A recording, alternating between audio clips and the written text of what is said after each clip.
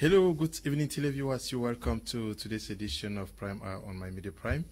We this evening are going to be discussing on the situation of nurses and midwives in Cameroon.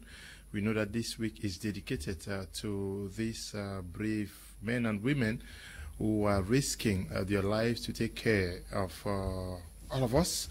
They are the first persons that actually come in contact with most of us when we are sick.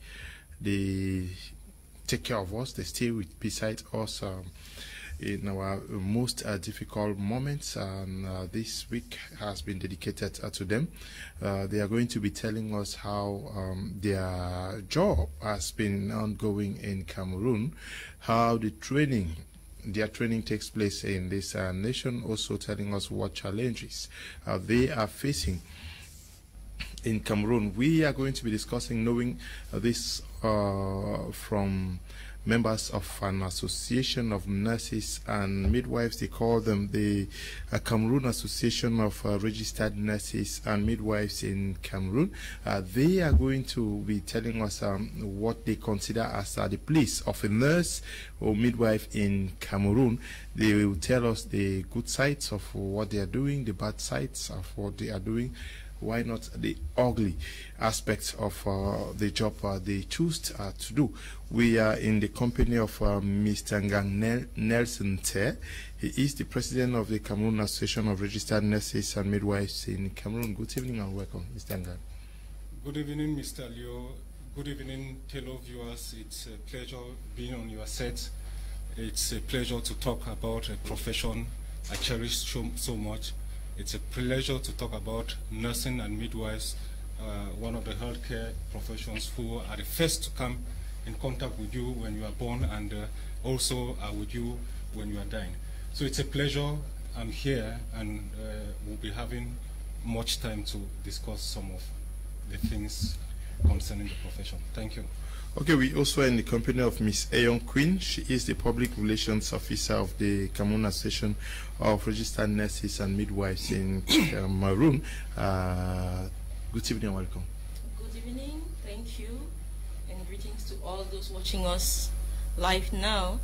It's really a pleasure to be with you today. Just like our president has said, we are nurses and we wish to come today to say that it's something we are proud of. And we are ready to share the little we know and the much we know about this very noble profession with you today. Thank you very much. We also are in the company of Mr. Ndukong Emmanuel Fai. He is the Secretary General of the Association of Registered Nurses and Midwives in Cameroon. Good evening and welcome. Good evening, Mr. Liu, and good evening to all the televiewers. It's been a long-awaited day, and here we are on air today to talk to the public, and most especially to our fellow nurses and midwives on this noble profession and vocation. Thank you so much. Okay, yes, I will start by asking you, you say it's a vocation. If you are not called to the practice or the profession, you should not dare. What do we mean by a nurse is more of a vocation than a profession? Okay, thank you, Mr. Liu. No, I'll start with Mr. Ngang. Okay, yeah. Thank you for that very important question. You know, it's a vocation because the services nurses and midwives offer, they really can't be paid for.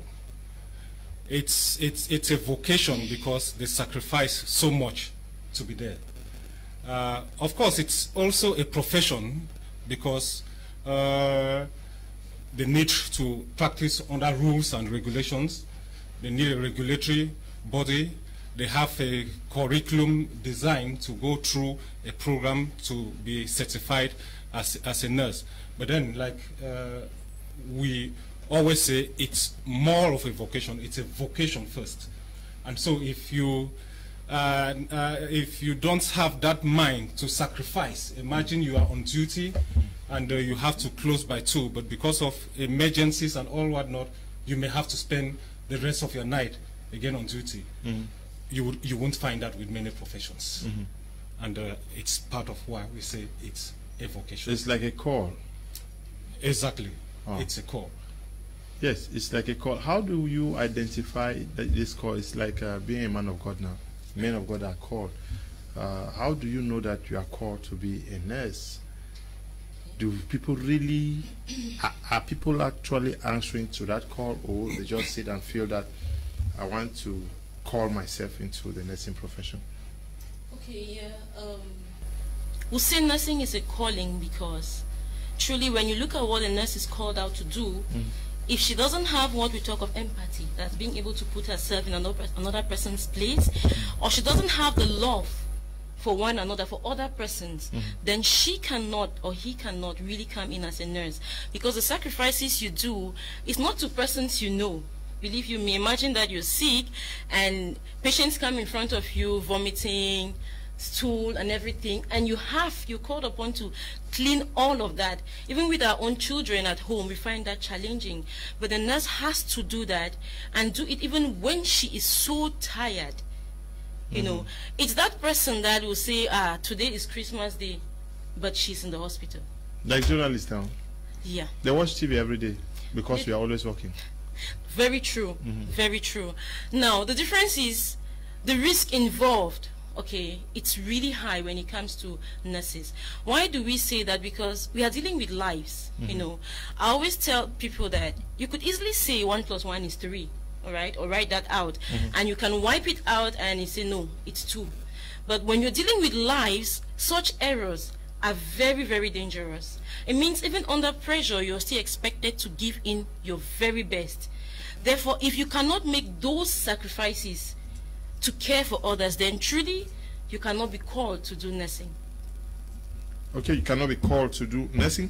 We want to use this opportunity to say special greetings to you out there, who, all the nurses who are saving lives, especially to you, Anita Eno Njui Takan, who is doing a lot to motivate nurses back home and to create that link between nurses practicing in Cameroon and the United States of America. I'm sure we are going to be discussing that in the course of our program, and I know that you guys are also preparing a package of sensitization or a talk to the people in relation to this year's this year's Nurses Week. We hope that your activities go so well. But now, you talked about the fact that it is a call. People do it because they are called, they do nasty things, they have to serve persons that they have never met, but isn't it also for money? Is it just there to because it's a call, you are serving people? Okay, thank you, Mr. Liu. What I will say is that first thing, it is not for money. Okay. But now you cannot practice and live on nothing. That is why they call a vocation, because the first thing for a call, you don't put money first. You work and you serve that life first. Our motto is patience recovery is our pride. Our pride is not money. Like I said, like Mr. Ngang said, from the other hand of the panel, Mr. Ngang said, if you are to be paid as a nurse,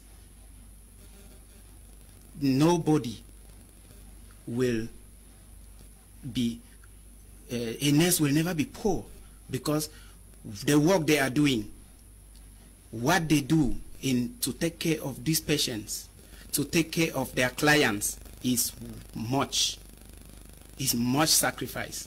So if they are to be paid, they will be paid huge sums of money. But first thing is work first. Patient's recovery should be your pride first before money is coming in. We are not refusing the fact that they should not be paid. Thank you. Okay, they should be paid because they have to survive now. They have families. They are married. Yeah. They have to take care of their wives and children, and then send some money back to cousins and mothers back home. But how organized are the nurses in Cameroon? Well, before I answer that question, maybe I follow up. Add to what the Secretary General has just said. It is true, it's a vocation, like we have all said, but then like a profession, they should be paid. We are saying so because we have a number of employers who employ nurses and have taken opportunity for the fact we say it's a vocation and want to exploit fellow nurses. We would come to that when we are talking about the challenges. But then, as a profession, like you said, this nurse has a family. This nurse went through school and paid huge sums of money. This nurse also should be paid. In some cases, we say should be compensated, because we still stand for the fact that the services of a nurse, the services of a midwife, if we want to put that into monetary terms, then the package should really be high, which is what we hardly see. Okay. Coming back to your question as to how organized we are in the country. Yes. Yeah, I would say it's one of the issues we are having. We have different associations where these nurses and midwives choose to belong to these various associations. We have the Cameroon Nurses Association, we have the Association of Nurses, Midwives and Healthcare Technicians, we have the Nursing Society, and of course today you are receiving members or some executive members of the Cameroon Association of Registered Nurses and Midwives. Yes, it's an issue. We should have as many associations as we can, but then I think we still fall short of having that one umbrella, of having that one voice, where we from these various associations can be able to rally under and fight for the plight of the nurse and fight for the plight of the midwife. And it's part of our objective as the Cameroon Association of Registered Nurses and Midwives to see how in the nearest future we can have all of these associations under one umbrella to be able to fight for our common good. Okay, but how is the Cameroon Association of Registered Nurses and Midwives in Cameroon, how is it faring? And you say registered nurses, who is a registered nurse, which according to you, and who is not a registered nurse? Thank you for that question. I use this opportunity to say we have been existing for about 3 years now. We are pretty young association, and as you see on the platform, young people who have the passion for the professions and who have seen a number of things and are hungry to change, are hungry to put things the way it's supposed to be. We have about 700 members, both in the country and out of the country. And we presently have members in the Northwest, the Southwest, the Central region, and of course the littoral. As to how we are faring, I would say we are doing pretty good, because we've been putting in a lot to, first of all, mobilize fellow nurses to be able to bring them under the one umbrella we are talking about, to be able to know that the issues of a nurse can only be handled by a nurse. The issues of a nurse cannot be handled by any other healthcare professional. So we are at that phase, and I would say we are faring well. So any member, any person who graduated from any nursing school joins your session? Yes, exactly. You asked who is a registered nurse and who is not a registered nurse. Yes. Generally, in countries where you have nursing advance, I'll give some examples. In Nigeria, in Ghana, in South Africa, in the United States, there is a regulatory body, I should say a licensing authority, where after your training, you have to sit in for a certification exam. When you succeed in that exam, you are issued a license.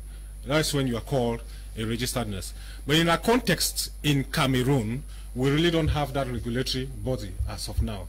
And so anybody who goes through a primary professional program of nursing.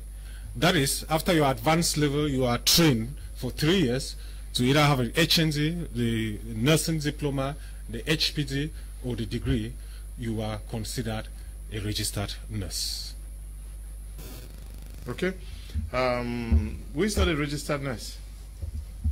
Well, just to continue with what the President was saying, we'll consider you not to be registered if you do not sit in for any of these examinations authorized by the state. For example, a state registered nurse under the Ministry of Health, after your 3 years of training, you have to write the certification exams under the Ministry of Health, or under the Ministry of Higher Education, you have the Higher National Diploma, and even in state universities, you have the first degree in nursing.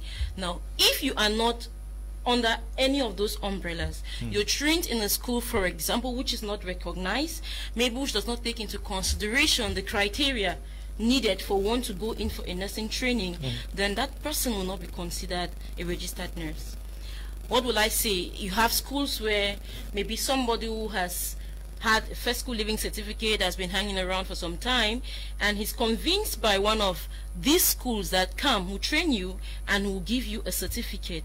Such persons, I've had examples of people at that level who go in and they do 3 years, and they are convinced that they are either state registered nurses or nurses with a higher national diploma, of which they are not. So those ones will consider them not to be registered nurses. Yeah. And who would you consider or describe as a nurse in Cameroon or the world at large? All right, thank you. I will first say, according to the International Council of Nurses, this is a federation of national nurses association in more than 130 countries. They have been existing for long, and they defined a nurse right way back in 1987 as that person who has completed a program of basic and general nursing education. Okay, and that person is authorized by a regulatory body to practice within his or her country. That is the international definition. But I will say that I want to say a nurse in the layman's way. A nurse is that person, as we've been talking, who is ready to do all those sacrifices. A nurse is that person who is there 24 on 24. Believe you me, doctors will come and go. Nutritionists will come and go. The dentists will come and go. But the nurse is the only person who is there 24 on 24. She is always there, he is always there. Is that person, as I said, who will sacrifice even the family at times just because she wants to take care of other persons. Let's take the case of COVID now. We've seen a lot of videos, we've seen a lot of images where nurses are even struggling to sleep while standing up, just because they have to take care of their patients, because the patients are the center of everything. So I will say, in a layman's way, that a nurse is that person who is there 24 on 24 for her clients, for her patients, to ensure that they have good health, be it within the hospital premises or outside. Okay, but must have undergone this training also now? Of course. Yes, but the training, when we look at training for nurses, where should focus be placed? Is it on how to the medical aspects or holistically? With nursing, our focus should be holistic, which englobes the medical aspects, as you say, and nursing practices that are out of the medical aspects. When you talk about medical aspects, it englobes so many things. There are some medical procedures that should be carried out by expertise, not by nurses. Nurses have their procedures. Nursing, like a profession and vocation, is autonomous and collaborative, according to the International Council of Nurses. And what is the center of it is care for individuals of all ages, again, for those who are either sick or well. In performing those activities, they could perform if they were well, or if they could, in performing those activities, they cannot perform for them and lead them to a quick recovery or a peaceful death in case of patients. So, at this stage, nurses need to really work hard in order to achieve these goals. Okay. Okay. Land. Yeah, let me land. What I wanted to say is that, like my colleague said, nursing in Cameroon and nursing out of Cameroon, we have the basic certificates, which are 3 years of training or 4 years of training to come out with either an HNZ, an SRN, an HPD, or a bachelor's degree in nursing. And we focus on healthcare. Okay, you focus on healthcare. Yeah. I was talking about the holistic nature of who a nurse is. We've seen some nurses with some very funny characters. They are not, you said they are supposed to be empathetic. Many nurses, how do we fail to build that aspect? They are also supposed to be very loving, which means that a lot of focus is supposed to be paid on the moral and religious aspects of their formation. Isn't that where focus is also? Because you are dealing with persons that you hardly meet in very bad, terrible shapes. Yeah. Thank you, Mr. Leonard, once more. Sometimes the way you ask your questions, I am tempted to find out if you are not a nurse. But I should say, clearly, nursing should be holistic. Mm-hmm. Yeah, nursing should be holistic in that you are not just focused on the medical condition. Mm-hmm. You are not just focused on the presenting problems. That's one of the main differences we have between nursing and other professions. Other professions like medicine, they are concerned maybe with a pathology, maybe with malaria, maybe with typhoid. But the nurse, for example, realizes or knows that this patient with typhoid responds differently. This patient with malaria, or the two of us, we have malaria, but the responses may be different. Mm-hmm. And that is why I have to manage this particular patient in relation to his response. Mm-hmm. Whereas the other person who has malaria, too, may respond differently. And so I will not box all of them and say, okay, 100 patients with malaria all need to have this treatment. Mm-hmm. Now, when we are sick, we are affected psychologically, mentally, emotionally, spiritually, mm-hmm. and what have you.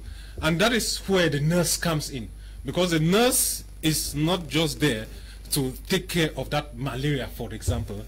He's there to also take care of those other aspects of health, mm-hmm. be it emotional, be it mental, be it psychological. Imagine I am here, I am hospitalized, and I know my children need to write exams in the next 1 or 2 days. I don't have any money yet. My concern, my worry will not only be the malaria for which I am hospitalized, but as a nurse, if we are not able to diagnose those other aspects, then you let it go, and the patient keeps on suffering. Okay. So that is what makes nursing different. Mm-hmm. Being holistic, not just focusing on the presenting physical problem, but also knowing that this patient has responses and may respond differently. And they may respond differently.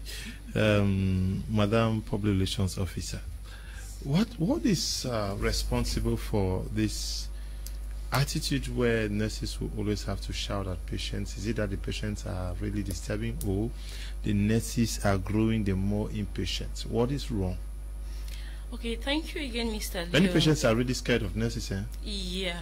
No, I would say that it's a problem which we have also identified and which has many faults. Okay. Now, the blame at times could come from the nurse as well as at times from the patient. Okay. As well as the system in which we find ourselves.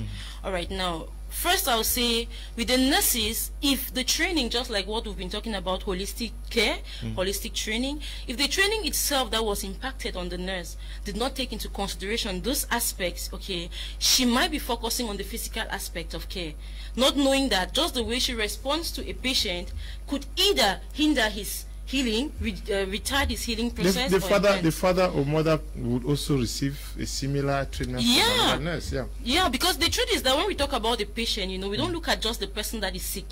Even the family is part of that patient, and the care we should give as nurses should include and involve the family as well. Okay, but now, if the training from the beginning failed, you could have nurses behaving in that way. But other things could come in, like, for example, let's say the workload. I mean, imagine yourself in a ward with 40 patients as a nurse. Truly, 40 patients for you to, oh, my infusion is this, oh, my hand is swollen, oh, this and that. It's a bit challenging for you to be able to meet up with them all in the best of your ability. There comes a point where you two are tired. You two need a break, okay? But the system is such that you're alone, and you're expected to do 12-hour shift to attend to all of these 40 patients at the same time. That could be one of the reasons. Private or government hospital? Even in the government institutions. Yes, even in the government institutions, nurses have found themselves with many patients, and you are alone to do all of these things. And believe you me, it's one of the reasons why nurses are like becoming robots.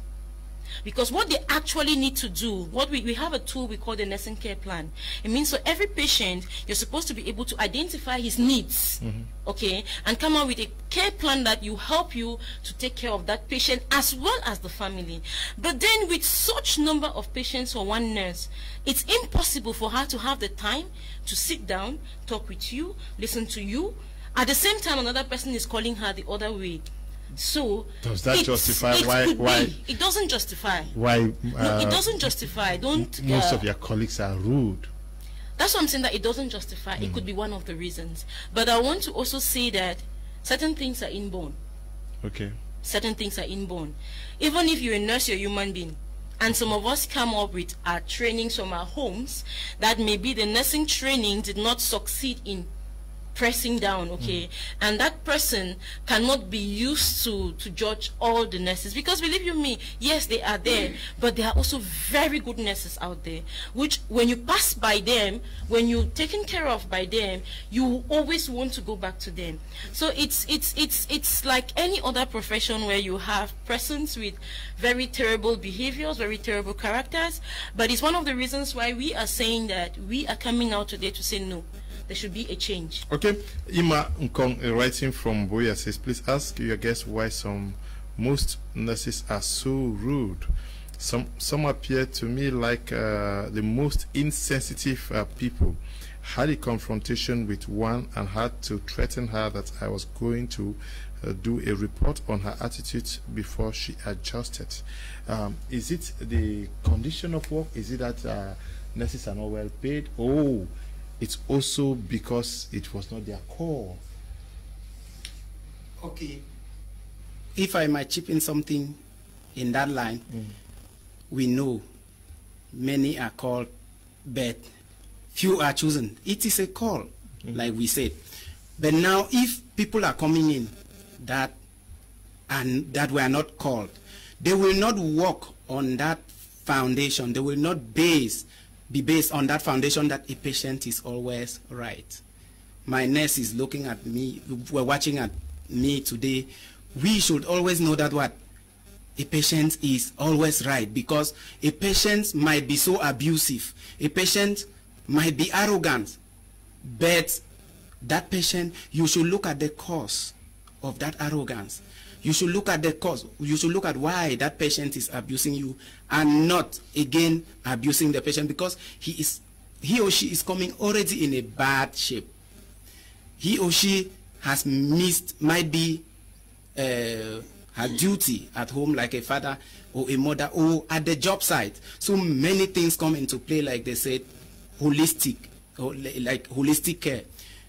You being that nurse that is passionate to care for people, the center of it is care and love. The center of it again is patience, and then the center of it is empathy. it's at the level of the nurse. But at the level again of the patient, many of them, they are arrogant. But like my colleague said from the other side, it could be burnout from the nurse. A nurse might have worked extra hours. Yeah, but the nurse-patient ratio, we know the nurse-patient ratio. Do you expect somebody who is coming to the hospital, maybe already sick, suffering, to be happy? No. Should you not already be prepared psychologically that most of the people, like he says, he said that somebody is sick and may not have a means to go look for money to send the children to school. So we have other burden that they bring along aside their malaise. Yes. Permit me use this opportunity to say it's one of the serious issues we have in the nursing profession, and it is not an issue that we should take lightly.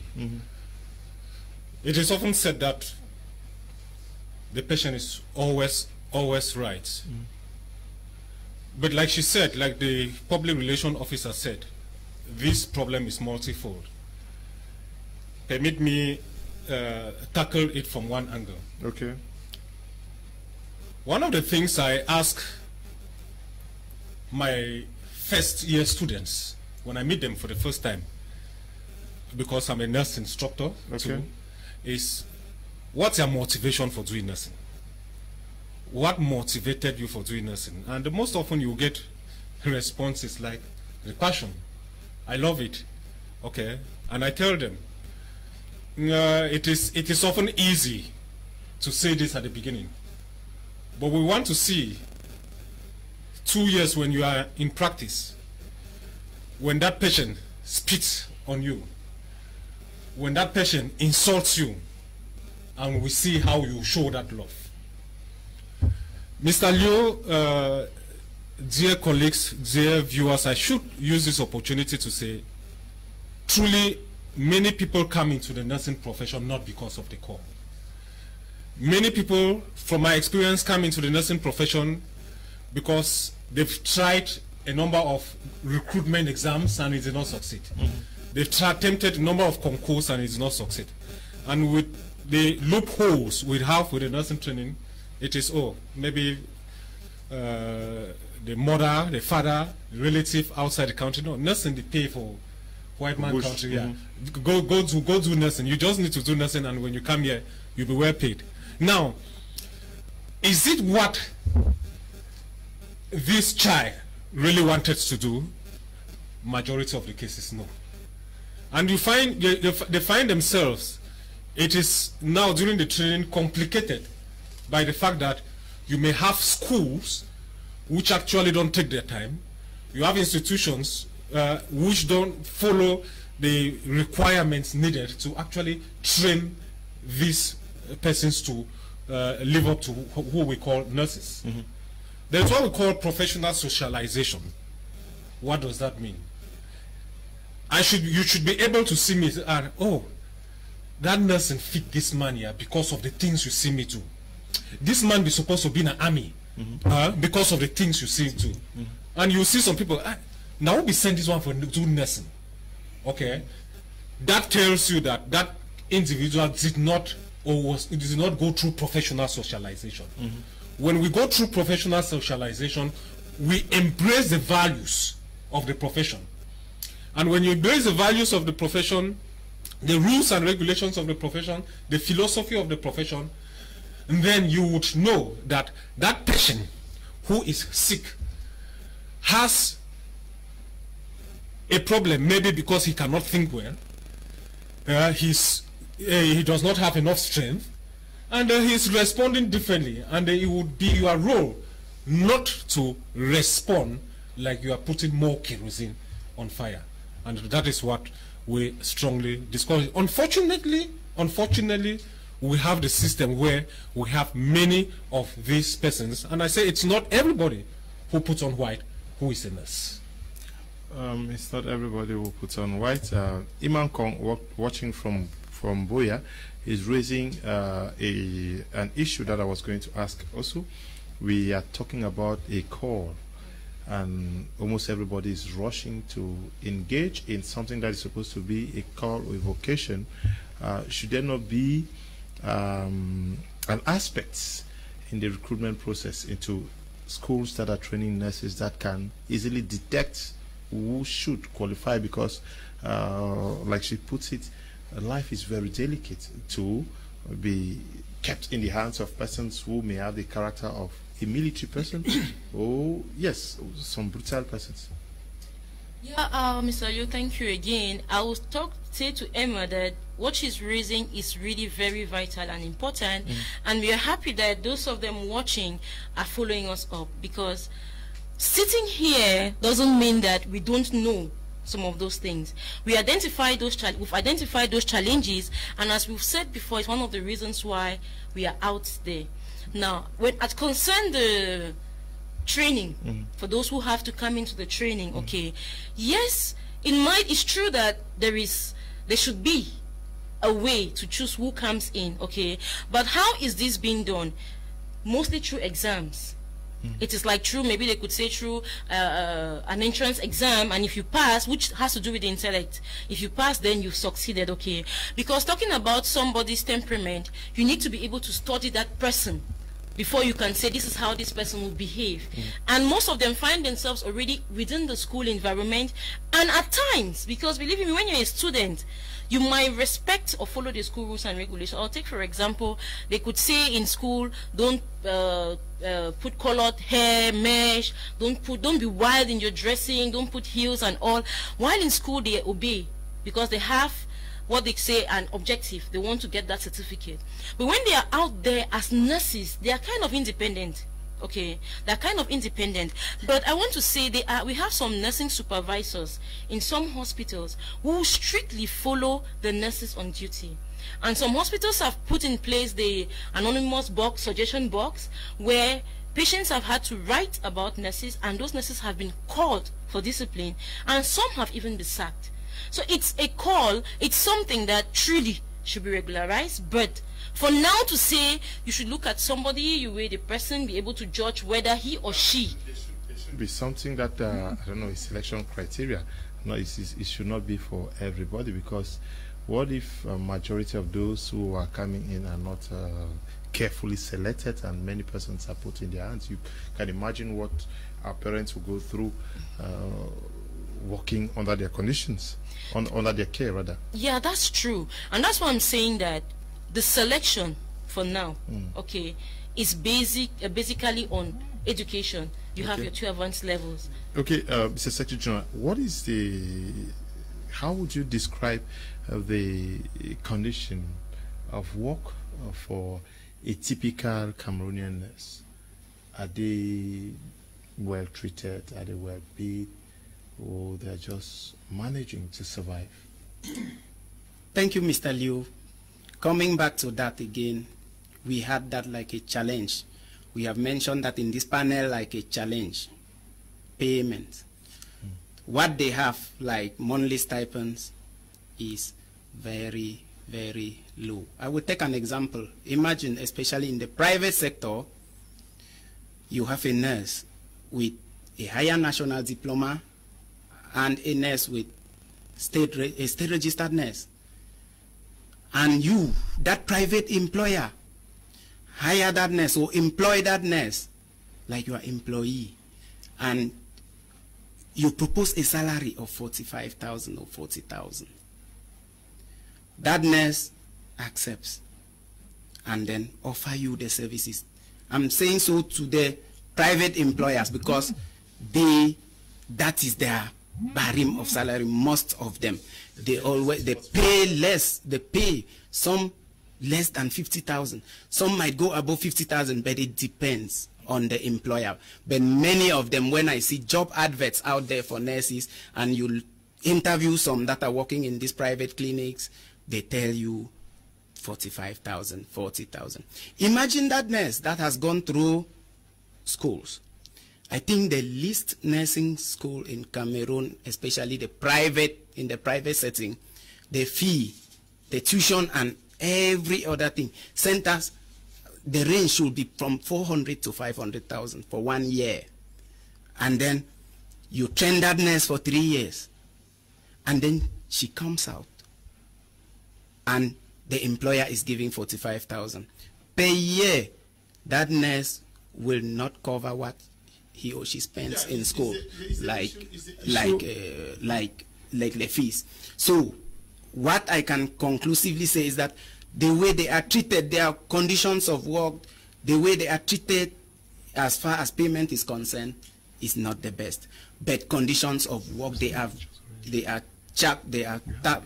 most of them have too much workload. Like they say, they are, they call it what? All time round the clock, and then performing duties that are not even their procedures. Okay. They perform. Quite challenging. A nurse who is married, has children, is earning 45,000 francs, less than 50,000 francs. How do you survive? And is it to say that nobody actually supervises the way you people are treated, or comes to ensure that you are well taken care of, given the fact that the lives of people are in your hands? You know, our fellow nurses and midwives watching us would agree with us that it's one of the biggest challenges we have. A number of employers, I would say, exploit these nurses. In fact, if you go to embassies or immigration offices, majority of those preparing documents to go outside the country are nurses. That tells you that may give you an answer to the situation back home. If the treatment of nurses, if the conditions of nurses, so far as maybe the salary, if we want to look in that aspect, was concerned, was good, then you will not have majority of them going out of the country. But then there are many things implicated in this. We said earlier of persons who are trained, and at the end of the day, they are not actually nurses, but they are seen as nurses. Such persons will quickly accept such salaries. And in such situations, what happens? They become an obstacle to the real nurses who would have demanded maybe a better pay.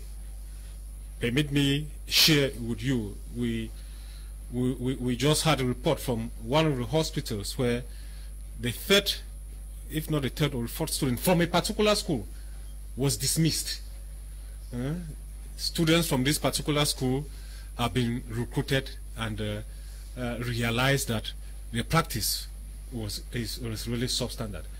But then this is a hospital that is renowned.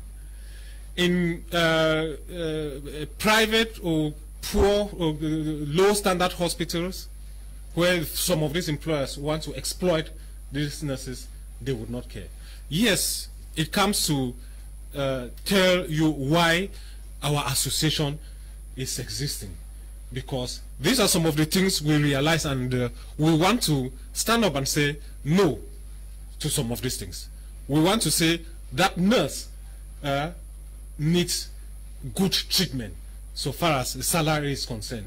We want to say that nurse needs to be treated well so far as the working conditions are concerned. We want to say that nurse too needs to take good care of the family. But what is responsible for this? Is it the fact that the employers, your employers, don't have enough money? Is it that people are treated for free? Or what would account for the fact that you are recruited to work in Yaoundé, in Douala, in Boya, in Bafoussam, and you are paid 45,000? How do you survive? Yeah, Mr. Liu, as we've been saying, it's one of the major challenges. Okay, yes.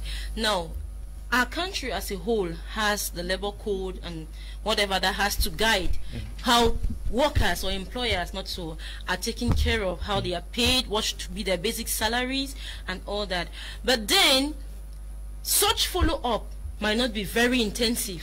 We are not saying that it's not there, it's there, but it might not be very intensive, which could also be related to the fact that we are voicing out these complaints to the wrong authorities or at the wrong places. Okay, that is why we say when there is an umbrella, when there is a mother, you know, when the mother or the father of the house is there, he makes sure that the children are fine. All right, we have many associations, like we said in the beginning, we are just one of them. But if we had that body that stands for nurses, like some people talk of syndicates, I don't know, which could fight for that, they could now speak as one voice. But because that doesn't exist, it's a laissez-faire kind of a thing.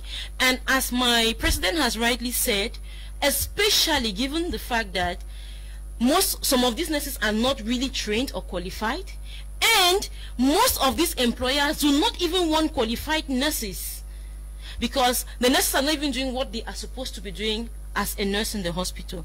So I think it's a problem that we have said has many folds, but it also has majority of, I would say the major concern will be having one voice. Because if we all stand for one voice and we say no, as a nurse, if I'm a state registered nurse or an HND nurse, or after 3 years of training, my basic salary according to the Cameroon labor code, for example, you people are not still telling me something. Is it that the nursing industry is poor in Cameroon, or what? Is it that people are treated for free? Money is not... No, they are not treated for free, of course. They are not treated for free. Are those employing nurses, are they poor? I will not say yes, and I will not say no. But what I know is that the population is not treated for free. Those nurses are there and they work the money for the employers and they see how the money is coming in. But what they pay them is not what they are working for. Then again, I think what contributes again is that, like they said, if there is a regulatory body that controls the number of nurses to be trained for 1 year in Cameroon, and then based on the needs, it will be better, because many schools are there and each school is coming up needing bed money. They train and send to the community without a regulatory body. Those people, those nurses in the community, maybe when they launch, like the state recruitment, the public service launch a recruitment. Last time they launched a recruitment and they needed only 15 state registered nurses, the whole nation. Many people that are coming out from these schools, they will not have that opportunity to go in like state agents or civil servants. Then they will now get back to that relegation zone and will work anywhere they want. That is one of the reasons too that is leading to this poor payment, because they are there, many of them are there, and they lack what to do. Mr. President, you are heading an association of registered nurses and midwives. The conditions of work are very deplorable. Going by what you people are saying out here, is the Ministry of Public Health not aware of this situation? Because I'm sure their officials always preside the graduation ceremonies of when you guys are coming out. They come and they speak good. They talk good on how people should go and serve. Yet, seemingly, they are not also following up to see how the conditions under which you are working. Are you also engaging maybe some MPs? Are you engaging some civil society organizations to look into the plight of a Cameroonian nurse? Exactly. There is money in the health industry. Okay. These employers make money. Patients pay money. But at the end of the day, most of the employers hang under the umbrella of, oh, it's a vocation, and want to exploit a number of these nurses and end up not paying them. But then, like I said, also, it depends on the type of nurses, because like we have said a number of times on this platform, we have nurses and we have nurses. There are those who have taken advantage of the weakness of the system, and you have quacks that have come in. Now you have employers who, because they want to go for cheap labor, go for such nurses, and at the end of the day, they are like obstacles to the nurses who are really there for the plight of the nursing profession. Permit me here to say that it's part of the problem we have. Yes, the Ministry of Public Health is there, but the Ministry of Public Health is not solely responsible for regulating payment so far as these nurses are concerned. It is one of the issues or the challenges we have seen that our fellow nurses are facing, and that is why we are coming up together. One of the first things like we are clamoring to do is to be able to come as one, to bring nurses from far and near to come together and speak as one voice. That said, we are already in talks. We are already in talks with some MPs to be able to see how eventually this will be passed as a law. We are in talks with civil society. We are in discussions with the other associations. So we see how we lobby, and you know, it's part of why we are here. To be able to sensitize other nurses. You know, some people, because of this deplorable condition, have become frustrated and eventually refusing to actually practice nursing. It's not as if to say that, that our journalism profession is better, but I think, yes, you people have the right to also ask the employers to take good care of you. But how does the community value a nurse in Cameroon? Where you work, you live in a community, how are you seen? Okay. Now, thank you again. I would say that it's the perception that the community has about the nurse varies. Okay. I will take an example of myself. When I went into nursing in my own village, there were many persons who were like, hey, she has a degree and she's doing nursing aid. Okay, first of all, it's like nurses is nursing aid. People don't know the different categories of nurses that exist, because they are different. Some specialize even after the basic training. Okay, and the community see us like subordinates, or I don't want to use the word house girl or house help, but like those who have to follow the doctors behind for rounds and things and administer drugs. And please, fellow nurses, fellow viewers, the community, that is very, very, very, very wrong. It's one of the things that we are really fighting against, the image of a nurse. Okay, you should be respected, of course, because you and we too have to fight that. I'll give an example. There are so many nurses who are very proud when they say, oh, doctor, in the community, doctor, I doctor, you know. I used to tell them, I'm not a doctor, I'm a nurse. But some of us nurses are ashamed, you know. We are not proud of who we are. We want to hide behind that uniform and think that maybe the doctor is the highest. But believe you me, in health, we have what we call the health team. And the health team means that people of various disciplines come into work for the good of the patient, or our client as we call them. The medical doctor comes in with his own skills. The nurse comes in with hers. Maybe the dentist comes in, and even the cleaner in the hospital is part of the health team. Because if he doesn't keep that environment clean, then what we are doing might not have any effect. But now, because of the wrong image, the wrong ideas that people have, nurses are seen so much like helpers in the hospital, but we are not. If I should say in the field, in the health team, I will not say we are the very most important, but we are kind of very important. The doctors will go, the specialists will come and go, The only person that can tell you a complete information about a patient is a nurse. Because when the doctor comes, he asks the nurse what has happened. He does his and he goes. When another person, the dentist comes, okay, the physiotherapist comes. So the nurse is that person who is there. We have a song, we say doctors come and doctors go. Specialists come and they go.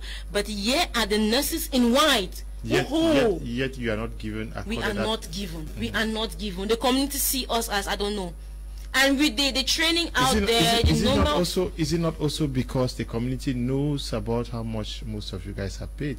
They place value on the fact that, okay, she's working somewhere, they give her 30 francs. That is true. That is true. What if nurses were paid 600,000 francs a month? Are you sure you would not be respected given the standard of living you would live?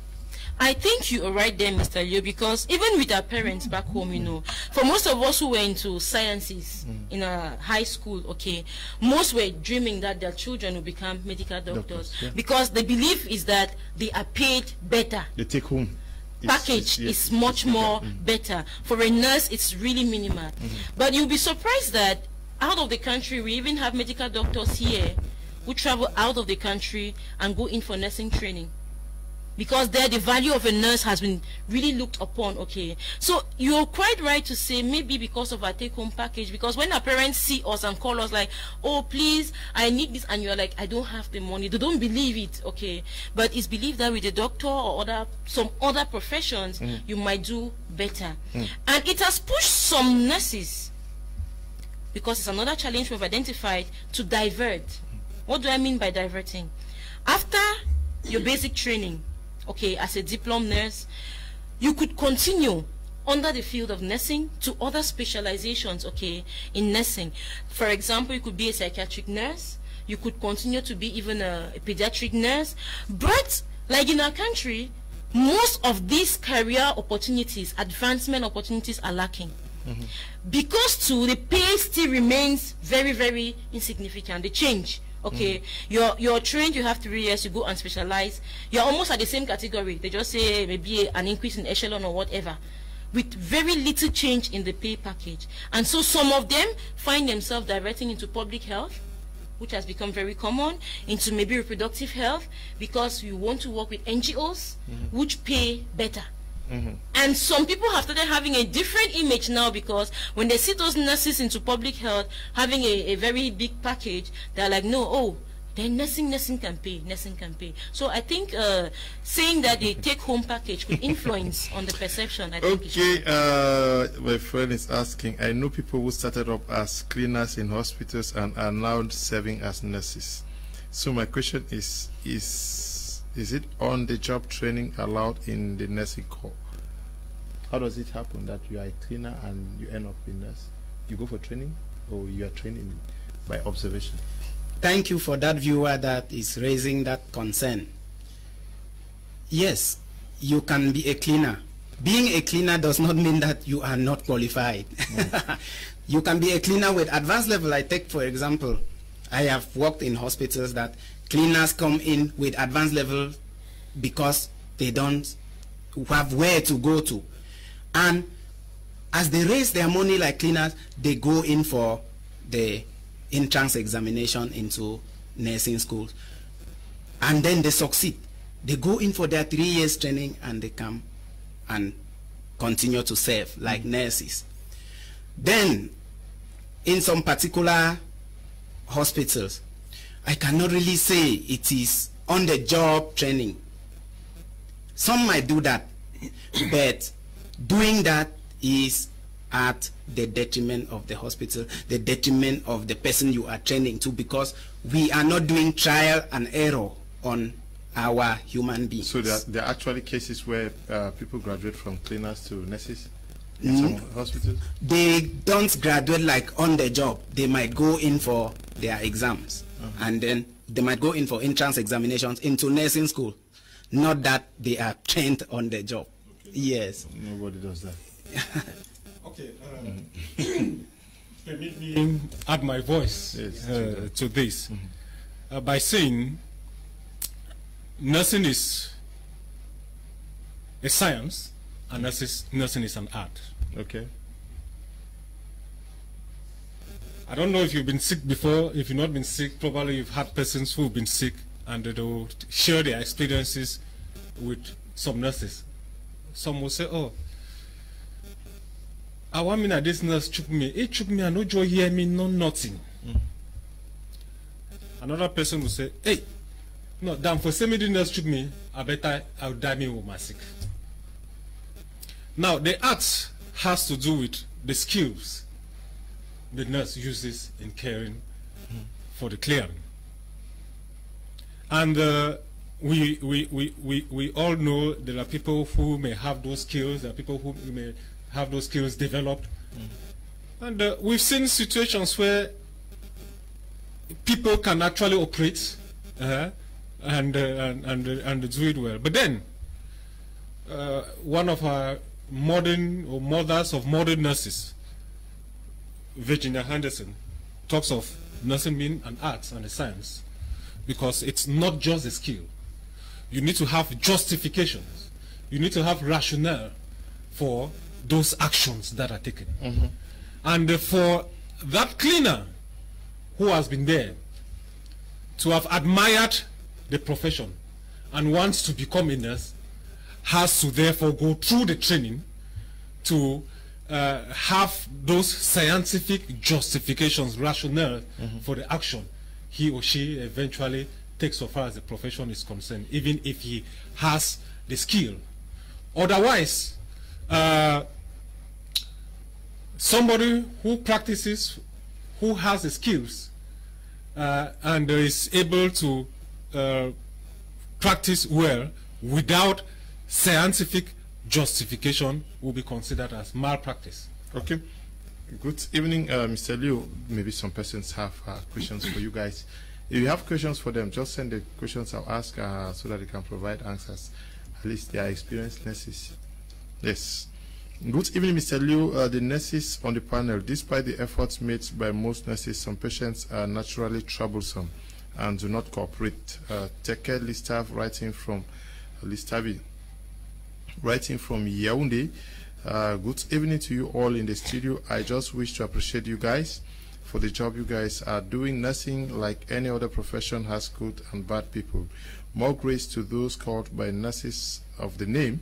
Special greetings to Mr. Ngang Nelson and his colleagues, Fru Joseph Aka, Lord Mayor, writing from Bamenda. Good evening to you, Lord Mayor. Good evening, Mr. Liu and crew. Quality practice begins with quality training, and quality service is rendered by quality professionals. Good and enable working environment and tools for practice. Identify the odds and bring out efficiency and diligent services for all clients. Professional ethics helps us discipline on discipline. Felix Egbe is writing from the United Arab Emirates. Mo writing from Yaoundé says, good evening, Mr. Liu. I'm Mo from Yaoundé. Personally, I know the job of a nurse is not an easy one, and I encourage them all. But please, some of you are very rude to patients. I remember how a nurse shouted at me while I was in labor pains. My courage to you all. Mo, we apologize for that. Let me apologize. Yes, we too. We too. Hi, Mr. Liu. Greetings to the panelists. I love this program. Layu Donatus is writing from Yaoundé. Nurses collaborate with other health professionals. They are not subordinate to anyone. Okay? Yes.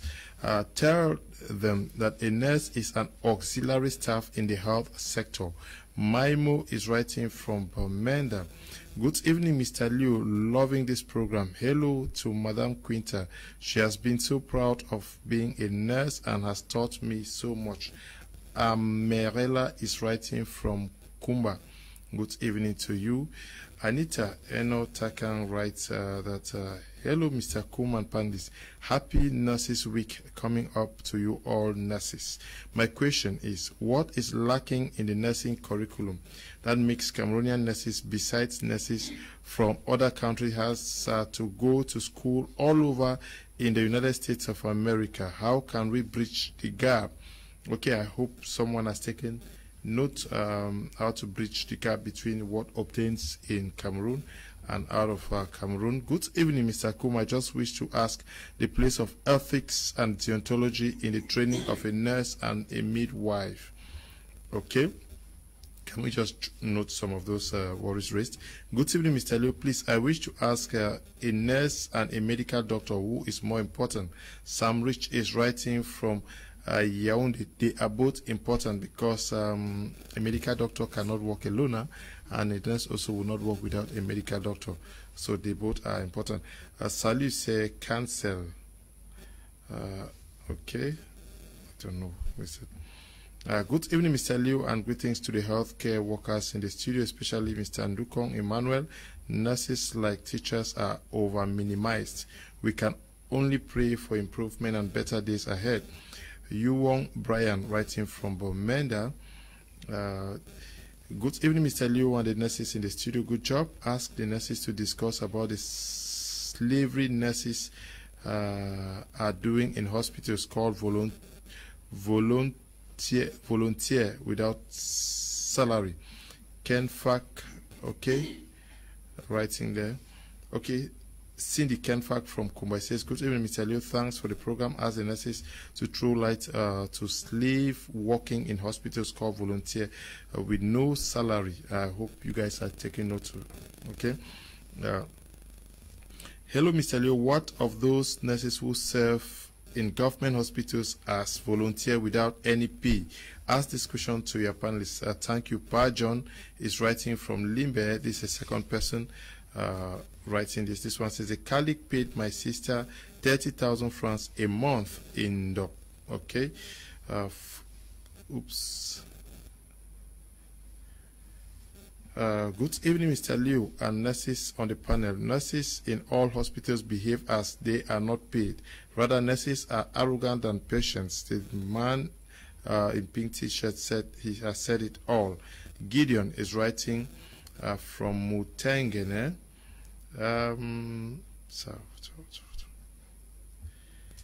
Greetings, Mr. Liu, and to humble nurses. I just want to tell my nurses in the studio that there is no justification for the rude and harsh behaviors of some nurses. The truth is, from the behaviors of our nurses, especially those in public hospitals, one would be right to conclude that most of them join the field not out of passion, but frustration and for remuneration. And this accounts for most of the unethical behaviors we see in these nurses. Case study, female nurses. El Haji Mohammed, writing from Yaoundé. Good evening, Mr. Leo. Why do you people refuse HPD holders from joining the nursing orders? I went to the Red Cross in Yaoundé to get registered under the nursing order, and I was told it's not recognized there, and I almost collapsed. Christy is writing from Yaoundé. Good evening, sir. I want to know why the government frustrates people in the name of training state-registered nurses without recruiting them. Meanwhile, the fee in course of training is very high. Derek is writing from Douala.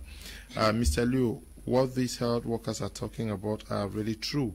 In a world where there are about 12 workers, 2 are government employed, while the rest are temporal workers. Okay.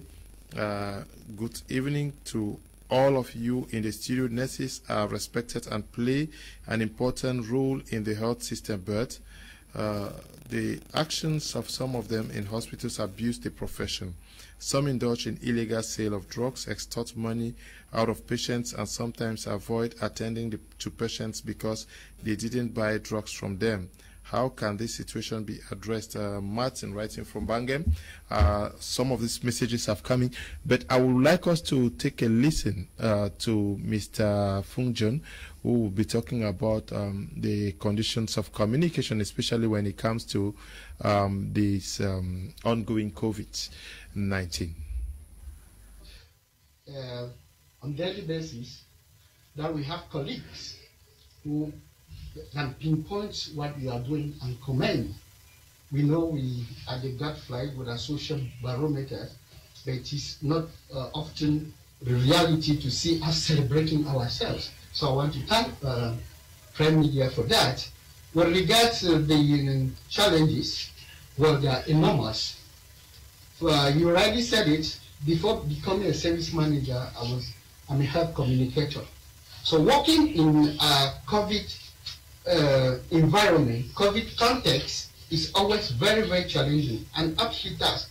Why? Because first of all, I've worked within the area of vaccination for close to 15 years, but I've never felt this today because it was a new scourge, a pandemic that we have never managed. So we had communication difficulties. That is why we see communication almost came at the tail end of the pandemic. And when it comes like that, it becomes challenging. Because in normal vaccination or mass vaccination activities, communication precedes, it comes a priori, it doesn't come a posteriori. So it means that in order to effectively manage a vaccination or a pandemic and epidemic, we begin by talking, communicating, especially with regards behavior change of communication. So this time around, it was not easy. The director mentioned some of the challenges that people were not ready to accept. First of all, they thought this pandemic was a myth.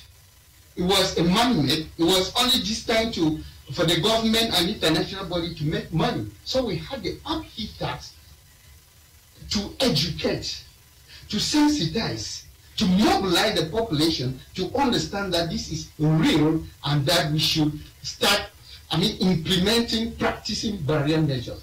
It wasn't easy at all. And I am happy because gradually, you see, the denial syndrome is gradually going decrescendo. It wasn't the effect. And you can see people coming to the hospital. And as I said, we started this, it wasn't easy. And for your information, while communicating to stem the spread of the disease, we were contaminated. But we took it as a challenge. And it was more challenging because we have to testify, we have to tell the public that even though we are fighting with it, I can also be contaminated. It was to demystify the mystery surrounding the COVID 2019. So the challenges were enormous, coming in a very poor backdrop, coming within a double crisis, the Anglophone crisis and the COVID crisis. It was becoming more and more challenging. More to that, we were equally kidnapped. But did we lose our determination? It rather galvanized us. It rather gave us the courage that within this crisis, you suffer. In the two crises, you suffer. You are kidnapped in a crisis. You contract COVID in that same crisis. As a health communicator, I took it as a challenge. If Prime Media has recognized that, I think I can only say thank you, and it's a wonderful job. Let's continue to, sing and dance our songs. We should not stop dancing to the demagogic symphony of so-called political, social, and economic iconoclasts. Why can we not sing our songs and dance? I will use this opportunity to invite my colleagues. Please get into health communication. It may not pay today, it will pay tomorrow. You not only learn, you actually put your foot in the sand of history.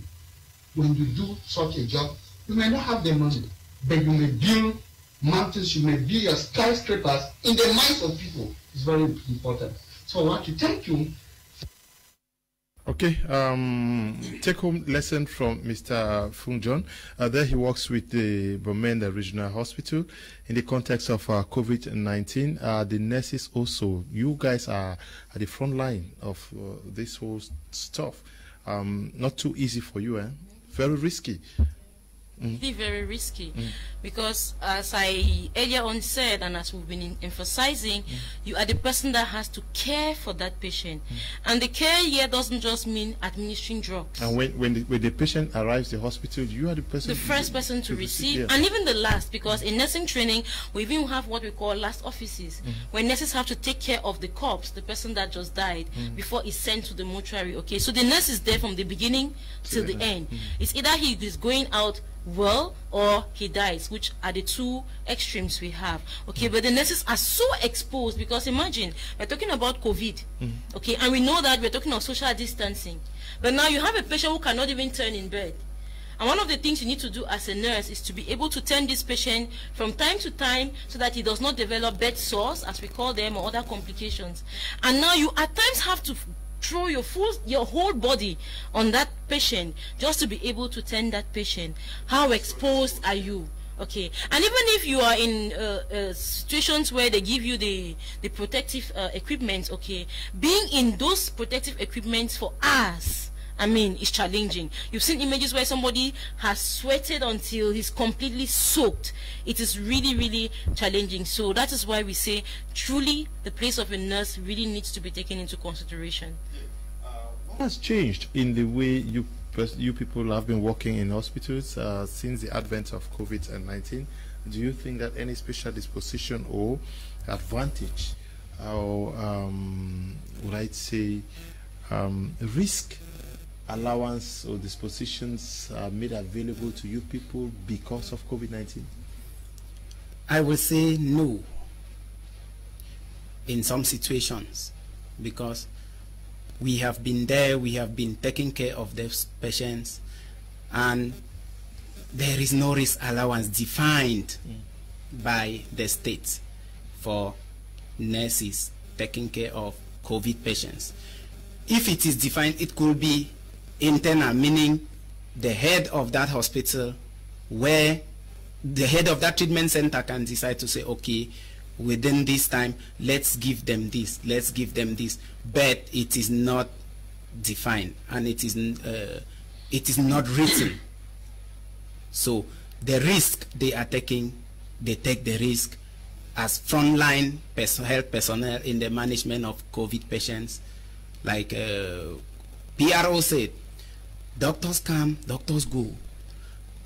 Other specialists come and go, but it is that nurse for 24 hours.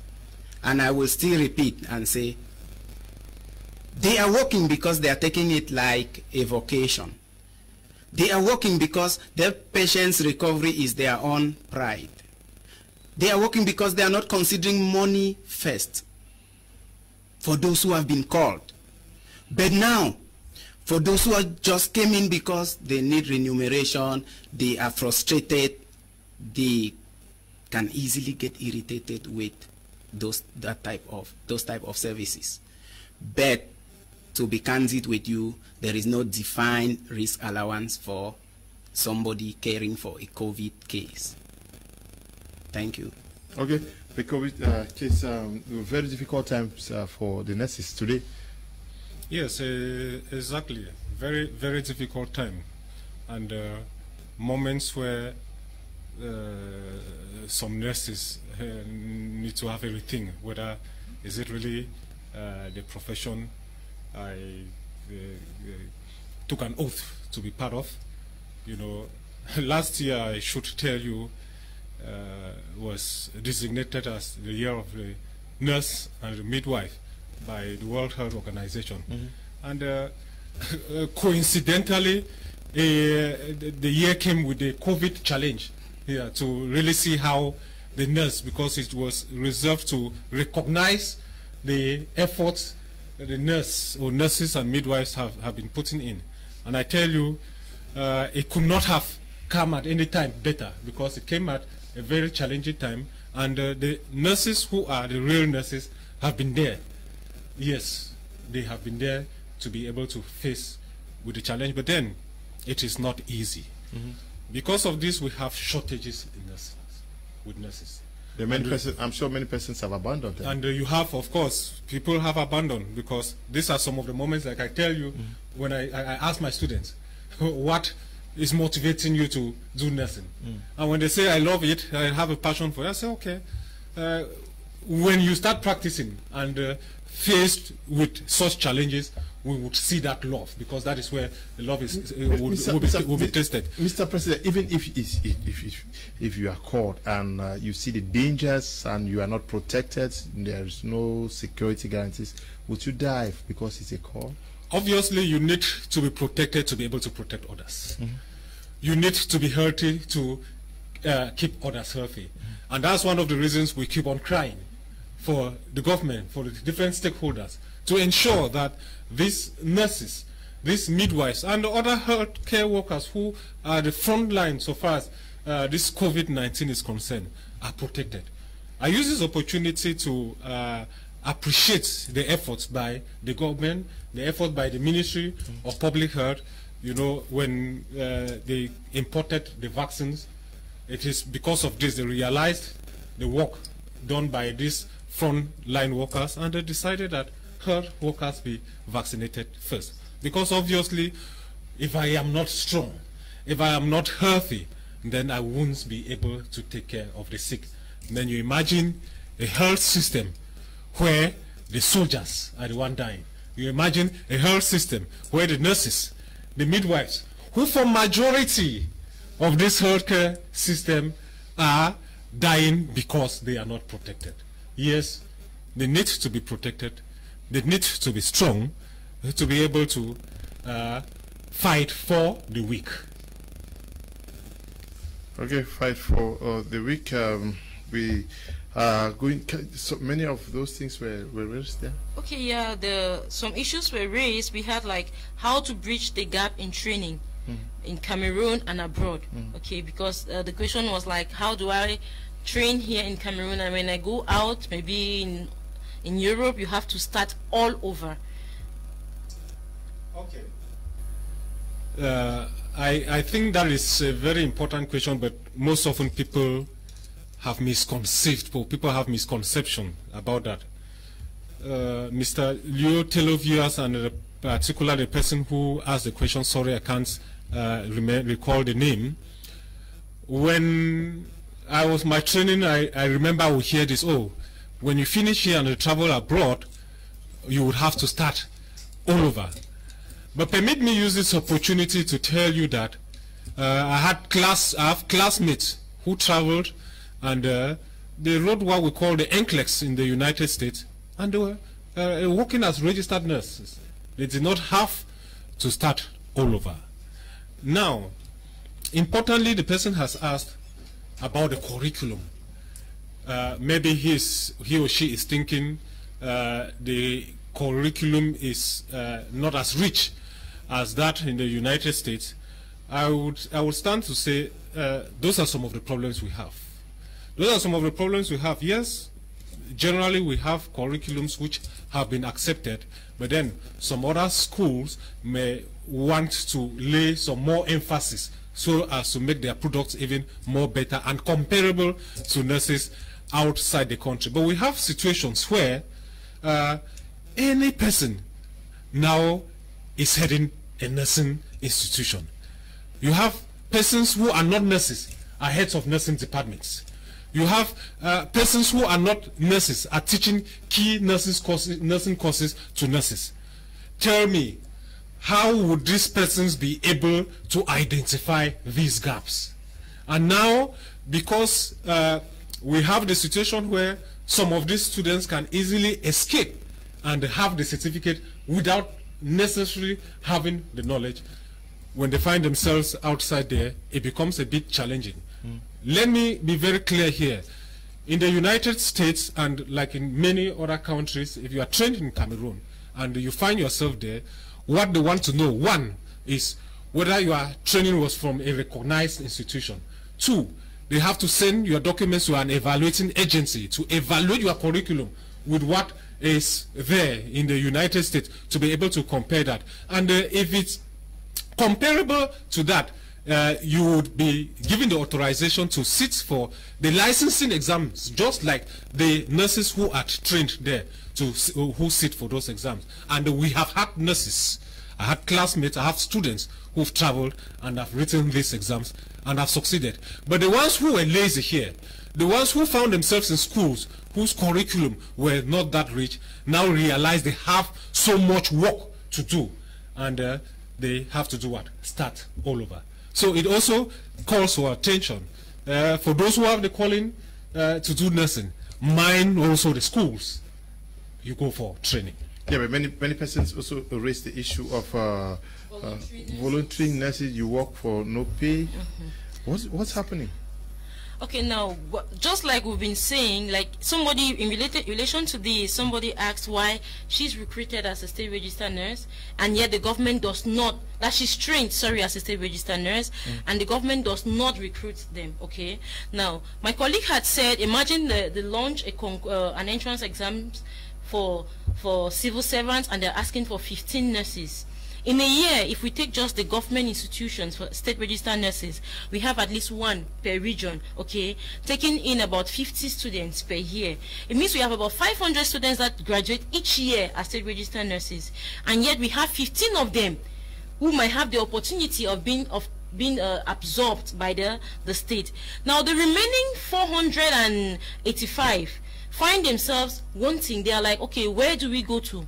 Some are absorbed by the private sector, by the mission, okay, and others who don't have that opportunity, especially when it has to do with traveling, because one challenge is that they might be calling you for something in the north, and you're on the 40,000, 30,000, okay, and you imagine yourself leaving the northwest or the southwest to go to Adamawa or Marua to work for 40,000 francs. I mean, just your transport to come back home once a year is more than your salary. So some of them, to be able to gain and continue practicing, developing their skills, they find themselves under this situation of voluntary nurses, also with the belief that what has been going on for some years, after some time, the ministry, I don't know so well about that, but asks for some of these lists undertaken as temporary workers, okay? So some of them think that going through that situation might enable them maybe get access to be recruited, but others is because they want to continue learning and improving on their skills. So it's a very big cry, because even if that is the case, the institutions that are the institutions where these people are practicing are supposed to put in place a system to at least give these workers something to take back home, because they do pay transport. We had a case one time where nurses were given 5,000 francs per month as transport because they are voluntary nurses. Yes. 5,000 francs per month as a voluntary nurse. And just your transportation for that month cannot be covered by that. So it's really a cry and a worry, and which could be breached somehow if, as we have said, the number of nurses trained is regulated, and also opportunities are given for them to work. We have opportunities are given for them to train. Some people will ask you, like employers, 3 years of experience. How do you get the experience if you're not given the opportunities? Okay. Greetings, Mr. Liu and crew. I'm K. Paul from Bamenda. Thanks for giving the nurses the great opportunity to express their fulfillments and frustrations. The question of risk allowance and occupational disease insurance scheme for nurses must be taken seriously, because only healthy and secured nurses can give quality health. More grace to your noble professionals. Okay. Good evening to the panelists. Nurses that are not called have either left the profession or moved to offices during this time of COVID-19, while some that remain are rude to clients. Nurses are risk bearers. Long live to them. From Konang, Israel, I Nurse Indu. Good evening, Mr. Liu. The pay packet of government SRN is just 82,000 francs as compared to teachers who are trained for the same 3 years and are placed on category A, but nurses are on category B. Justine is writing from Barefoot. Good evening, Mr. Ngang. That's Ndesap Noel, your students, St. Jude. Keep on with your ideas. We are doing great today in the field because of your courage. Okay. Good evening to the panelists. I just wish to inquire if it's not a great importance that we consider accepting only the sciences-oriented students into the nursing field. Blanche writing from Bamenda. Good evening to all in the studio. I'm Gefi Nicolene of BNS, nurse writing from Bamenda. Knowing fully that the government can't absorb all the trained nurses is what most private employers have taken advantage of, but nurses are not permitted to operate pharmacies or clinics on their own. All is that we need to survive. What is the go ahead for those wishing to operate institutions. Okay, thank you. Now, how would you grade our nursing training centers in Cameroon? Thank you, Mr. Liu. We don't have a standard grade for nursing training centers in Cameroon, but what I know is that the Ministry of Health and the Ministry of Higher Education are the sole supervisors of nursing institutions in Cameroon, nursing schools and trainings. Now, what I wanted to say again is that schools, they just pop up. Schools coming up. Everybody wants to open a nursing school. So it's difficult to grade them, but it is the role now of that regulatory body that we are crying for. If that regulatory body was there, I will take you back again to nurses doing voluntary training. Why they are doing voluntary training? Because many of them are out there without jobs. If that regulatory body was there to regulate that training and say, okay, we need this number of students, nurses paid this year in level 1, in level 2, in level 3, based on the needs they have assessed as far as the human resource in the plateau technique is concerned. If they have assessed both in the public and private sector, they can be able to say, to regulate and then know that this number of schools are okay to train this particular number of students that can easily be absorbed. Now at the grading level, except my president has something to say again, to the best of my knowledge, we cannot really grade. Okay. them. Good evening, Mr. Liu, and the nurses in the studio, and especially my sister, Miss Ayon Quinta. May God continue to bless you all. Don't forget God seeing your efforts. Cecilia Tambe, writing from Yaoundé. Success, writing from Crise, says, good evening, Mr. Liu. They are teachers working in the hospital because of connection. The cashier in PMI Bamenda is a grade 1 teacher. Okay, Mr. Liu, I was surprised when my neighbor told me that they are paying them, but after 6 months in private hospital, she is a lab technician and the money is not even up to 25,000 francs. Okay, success. Good evening, Mr. Liu and all the panelists in the studio. I think the working condition of nurses and teachers should be relooked into by the government of Cameroon. I like your programs. Nkong Wilson Banks, writing from Mokolo in the far north region. This one says, Mr. Liu, most government nurses only give you attention when you tip them. I'm very afraid of them. One faked lab results for me and pocketed her money.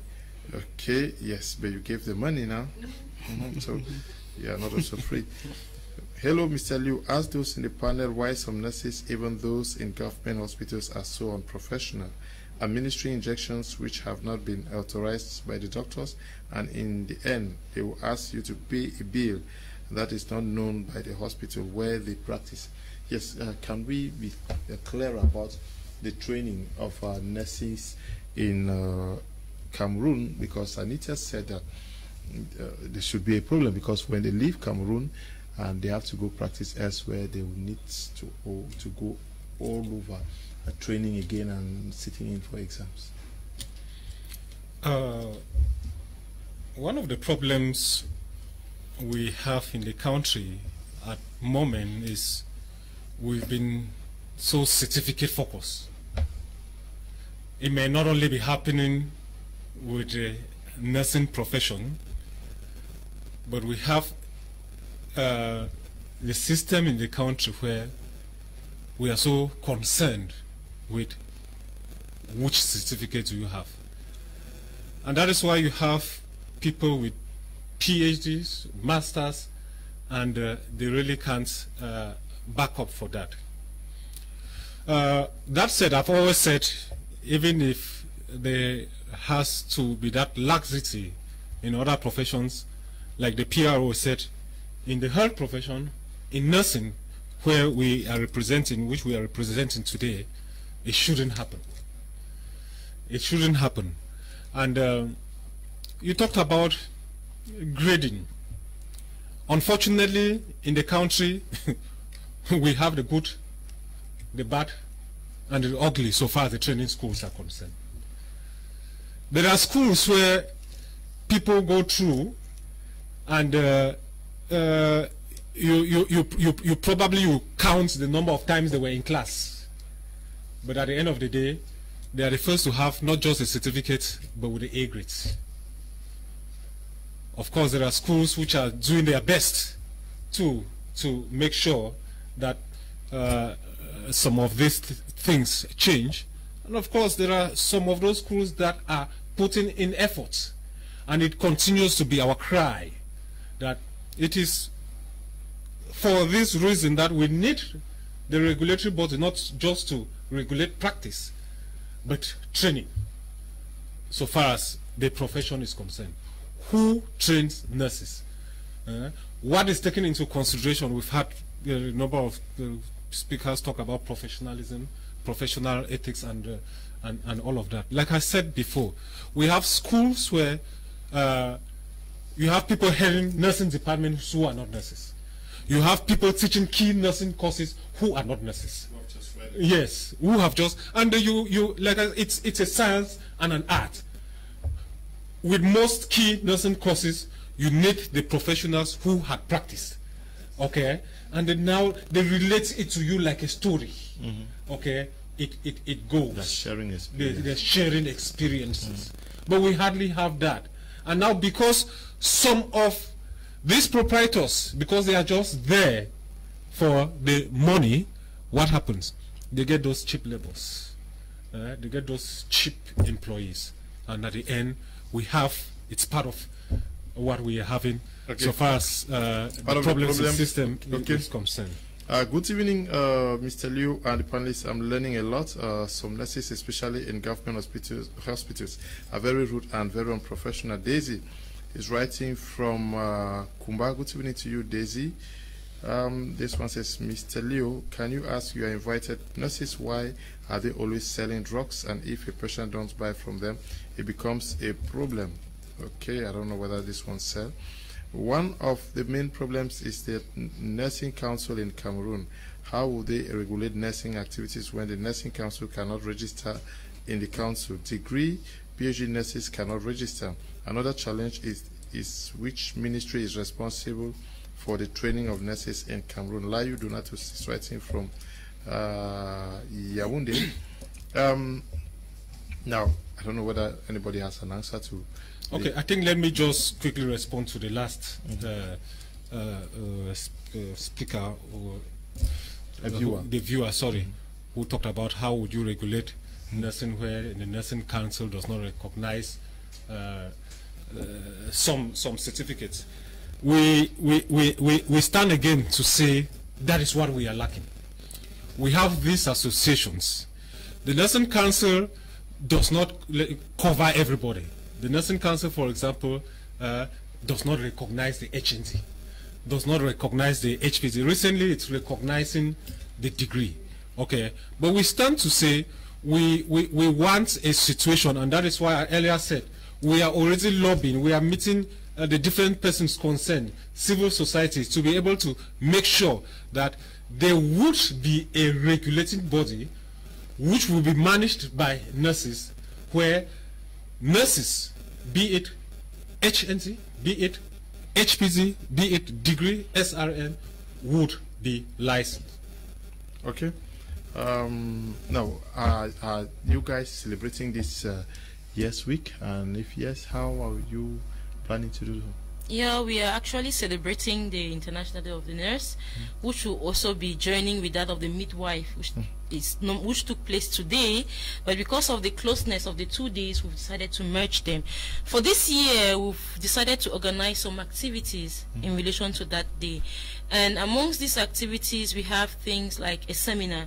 We'll have a 2-day seminar on leadership, nurse leadership, how to become a good leader as a nurse, which will be taking place on the 10th and 11th of May in Yaoundé at Fresh Planet Obili.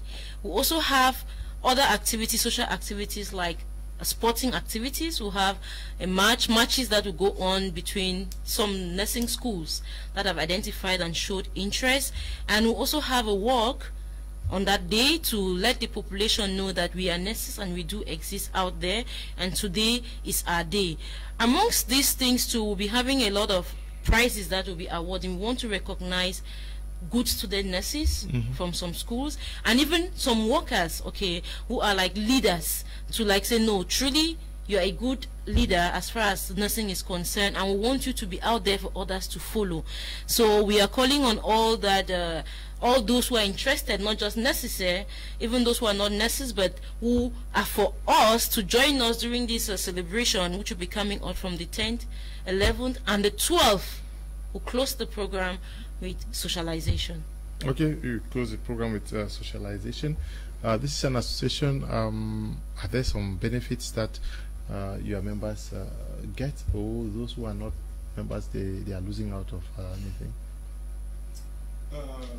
Let me first of all say, as a profession and as a professional, it is very important for you to belong to an association. It must not necessarily be a Cameroon Association of Registered Nurses and Midwives. We have other associations. If you belong to the nursing or the midwifery profession, you should be able to identify yourself under any of the associations. We are talking of the various problems we are going through. We can only solve these problems if we identify ourselves under one umbrella or under these different associations and are able to strike on the problems or push forward for the problems to be solved. Now, coming to the Cameroon Association of Registered Nurses and Midwives, what do you stand to benefit? A number of benefits. First of all, like the seminar that is taking place, or that will be taking place on the 10th and 11th. Members either pay a reduced amount or attend the seminar for free. Career advancement, career opportunities are open to our members, and we are able to support them. We support even schools, like she said, we'll be giving prizes, but then even to schools we give scholarships. It's also a situation where we share in the pains so far as members are concerned. Use this opportunity to share with you that recently we had a colleague who was sick, and because of the association we're able to donate 200,000 francs plus to able to support him. So those are. And the colleague is fine now? Unfortunately, he passed away. May his soul rest in peace. Yeah, unfortunately, he passed away. But then we are talking about the problems in the nursing profession. The medical doctors will not come and change these problems. The gynecologists, the pharmacists will not. So the nurses are the only ones who can change these problems we've identified. So the key advantage is every nurse should belong to this association, and together you can force the government or policymakers to intervene to see into it that your working conditions are made better, the pay packages, and that you are not exploited, especially those who are doing voluntary service for forever. Exactly. Okay. Now, would you advise your junior sister or brother who is going to school to be a nurse? Mr. Liu, I think if I should give an answer to that, it'll be a very big yes. Okay. Now, what I usually tell, because I kind of teach too, I usually tell the students, you know, nursing firstly for me, being a calling or whatever was for myself and my family. Because believe you me, in a day, in a week, a week or a day doesn't go by when one of the family members will not call and say, oh, I've gone to the hospital, this is what was prescribed to me, should I take it or not? Okay. And doing nursing, it's like, it's for you first. Even if you don't get to have a job as far as that is concerned, but you're able to take care of your family to a certain level as far as their health needs are concerned. Okay, so I will advise any person out there who wishes to join the nursing field or nursing profession that it is a good profession, but it's also a vocation, and that there are challenges and sacrifices that person should be able to make. If not, then he should think elsewhere. I think it's a very good and noble profession. Hello, good evening, Mr. Lu. Your program is the best. Cameroon government should see about fake nurses in the quarter, call doctors who open medicine stores and kill people. EMG Paloma, writing from Kumba. Good evening, it is Mr. Chege. My worry is a regulatory body and the instrument on the creation and functioning of nursing schools. As all know, an individual who has no standing in urban areas will go to enclave villages and open nursing schools. Before 3 months, you find graduates without first school leaving certificates having medicine stores, giving prescriptions and administering injections, etc. You know the outcome when things get out of hand. Then the patient is taken to a hospital and ends up dying. What regulation policy is in force? Okay. Good evening, Mr. Liu. I wish to ask if it is possible to do nursing with ordinary levels biology. Irene from the. Thank you, Mr. Liu. God bless you. Yes, definitely they will answer you. Good evening, Mr. Liu and panel. I really wish to appreciate the efforts of devoted health personnel in Cameroon, and I really wish to say that nursing and midwifery is a vocation, but nowadays many just enter this profession because they are frustrated, and more so the trainings given in some our many nursing schools is a pity, and not to talk of enthusiasm for students to learn. Good theoretical learning, but lack of practical formation at school and in the field because of bottlenecks by some health staff. Elvis is writing from Bamenda. Good evening, Mr. Liu. I'm enjoying your program. Please extend my greetings to Madam Quinta Eyong, Miss Nzume, writing there. Thank you, my media, for this opportunity for nurses to be heard for once in this country. Talking about the place of the nurse in Cameroon, I will say there is none. Number one, because they are placed under the Ministry of Health, always headed by a doctor who has unfortunately been idolized in our country. Both patients and hospital directors give special regards to doctors, not knowing that the wellness of a patient lies in the hands of a nurse who serves you, the patient. But a doctor will be given a comfortable accommodation, other benefits, but a nurse with a salary which is not even something to mention is not considered for any special benefits. 2. So-called associations of nurses are there to fill their pockets with registration they are asking from members and not fighting for the betterment of them. Okay. Say, I am Bamboo Romain, SRN, trained in Chisong, now working with the CBC in Crise. Okay, but my advice to you is to join the association so that you can press for things to change. Greetings, sir. I appreciate your talks in nursing. Please don't mix a nursing council to nursing association. There is no council but associations that cannot benchmark standards for nursing practice in this country. I'll be glad to have your invitation on such programs. I would really like to throw more light on what this profession is all about. Mr. Niba. Mr. Niba, please, can you, Mr. Niba, where are you? How do I even trace you to be part of these discussions? We would want to, I'll ask you one last question. We're talking about training schools, working conditions, regulatory bodies. What should be done? Because the working conditions are not so good. The conditions under which you work, I'm talking about the environment, not so good. You are not provided with housing and other things. What is the step that you are taking? Are you going to be mobilizing to meet MPs? Are you going to be mobilizing to meet civil society organizations activists to raise your worries, or are you also going to continue attending to other media platforms for your voices to be heard? Thank you, Mr. Liu.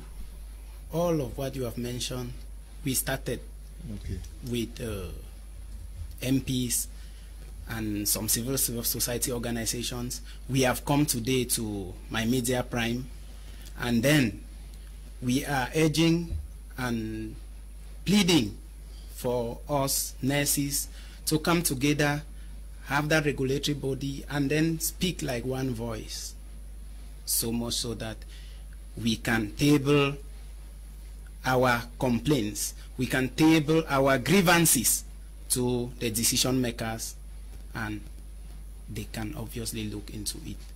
So it just needs that nurses will come together like one voice and talk through these associations and through this regulatory body.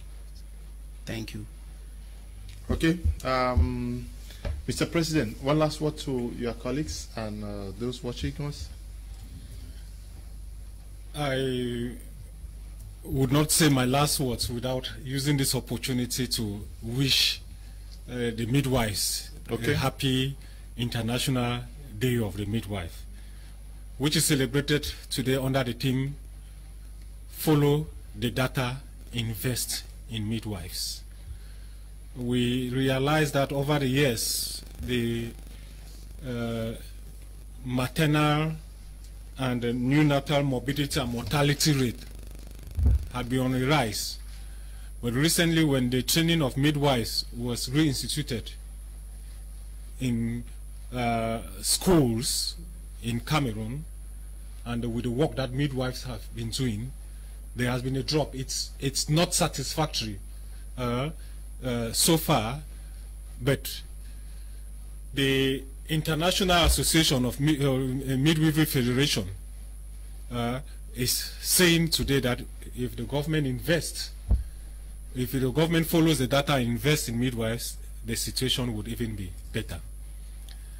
Now we would be celebrating the Nurses' Day together with the Day of the Midwife on the 12th, and like the PRO rightly said, the theme for the Nurses' Day has to do with nurses, a voice to lead, a voice to lead. We want our voices to be heard. We want our voices to lead. And the sub-theme says, a vision for future healthcare. We are a vision for the future healthcare if only we as nurses and midwives are able to stand against some of these ills that are plaguing our profession. We would be the vision for the future healthcare if only we would be able to stand to the call of us being nurses. And that's why we are using this opportunity to call for those who are really nurses. So we rally together and see that eventually we put an end to exploitation. We put an end to quacks that have invaded the profession and put the name of the profession in mud. We put an end to the bad image these quacks have made the society to see us, and we can only do that, or that can only be done by nurses. Okay, that can only be done by nurses. Good evening, Mr. Leo. Your program is very interesting. We pray that our government should look into the problems of nurses in our country. And Bishop Desmond writing there. Good evening to you, Bishop Desmond. I want to read the messages. Good evening, Mr. Liu and the group in the studio. There is this my baby girl of 9 years old. When she sees a nice, she talks about being a nice. No, you mean a nurse or a doctor. Even everything they put on, I should buy for them. Okay, I'm sure that your child has a call to be a nurse. Hi, good evening. I like your program. I'm in Ekondo Titi. Good evening to you too. Good evening, Mr. Liu. I appreciate you and your panelists. If they regulate the nursing studies and other areas of studies, imitate, I would love it. I had a problem with agricultural school director in Bamenda for asking why my 2 internships on my 2 years of studies is all on harvesting kernel. How will I grow before harvesting? Imagine nurses trained this way. Will they give good output? Jonah is writing from Bamenda. Yes, you wanted to say something about the question? There was a viewer who asked about if she can do nursing with ordinary levels. Yes, and it's important for us to say if you really want to be a nurse, then you should have advanced level. Okay. Yes, and go in for 3 years training. There is another viewer too who talked about for her opinion, we should train nurses with science, or the entry requirement should be science. And it's one of the areas where there has been this conflict. Some people said, no, since it's science, the entry requirement should be science.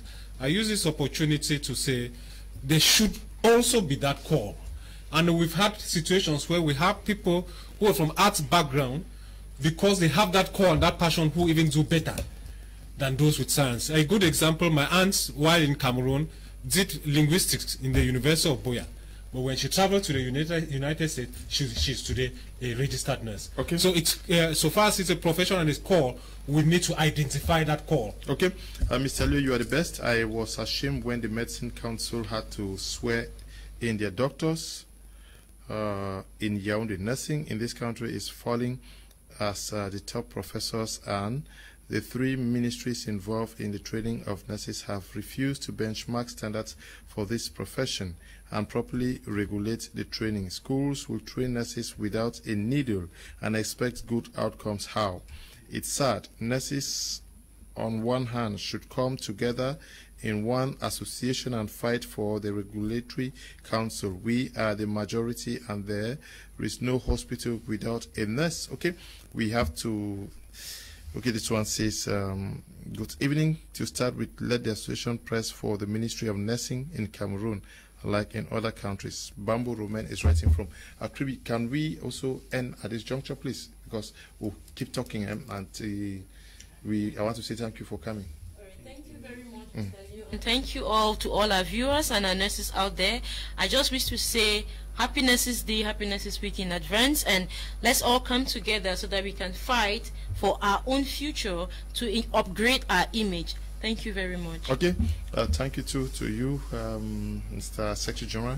Thank you, Mr. Liu, and to all our viewers. For those in Yaoundé and even out of Yaoundé, we are inviting you to join us to celebrate this International Nurses Day next week.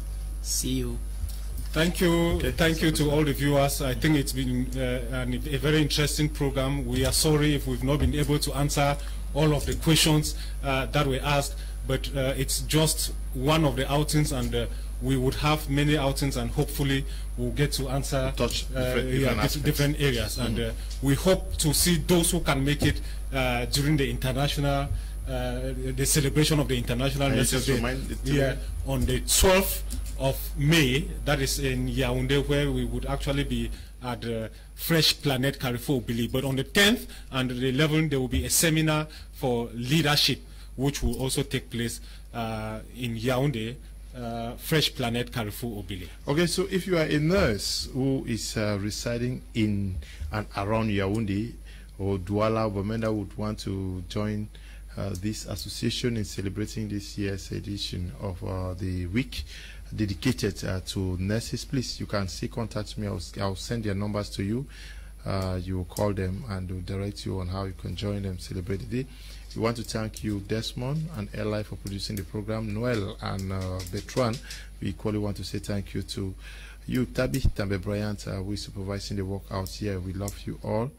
Stay blessed. Bye-bye.